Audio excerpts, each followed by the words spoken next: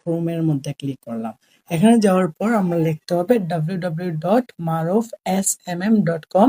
So আমি এটা link comment বক্সে দিয়ে রাখছি, অথবা উপরে দেখেন লেখা আছে যে www.marufsmm.com লিখে সার্চ দিলে আপনাদের সামনে এইরকম একটা ইন্টারফেস আসবে। সো এইটা আসার পর আপনাদের সবার প্রথমে একটা অ্যাকাউন্ট ক্রিয়েট করতে হবে। সো এই জন্য কি করবেন, এই যে একটা থ্রি লাইন দেখতে পাচ্ছেন, এই থ্রি লাইনের মধ্যে ক্লিক করতে হবে। তারপর সাইন আপ লেখা এইটার মধ্যে ক্লিক করতে হবে। দেন এখানে আমাদের full name, user name, email, password, confirm password এটা দিতে হবে। সো এখানে আপনি আপনার ফুল নেম দিবেন। সো আমি আমার ফুল নেম দিচ্ছি। তারপর হচ্ছে কি ইউজার নেম এমন একটা থাকতে হবে, আপনার নাম লেখার পর এক দুইটা নাম্বার দিতে হবে। সো এই জন্য এখান থেকে আমি কি করলাম যে আমি আমার নাম দিচ্ছি, এন্ড হচ্ছে কি এখানে দিয়ে দিই দেন 27।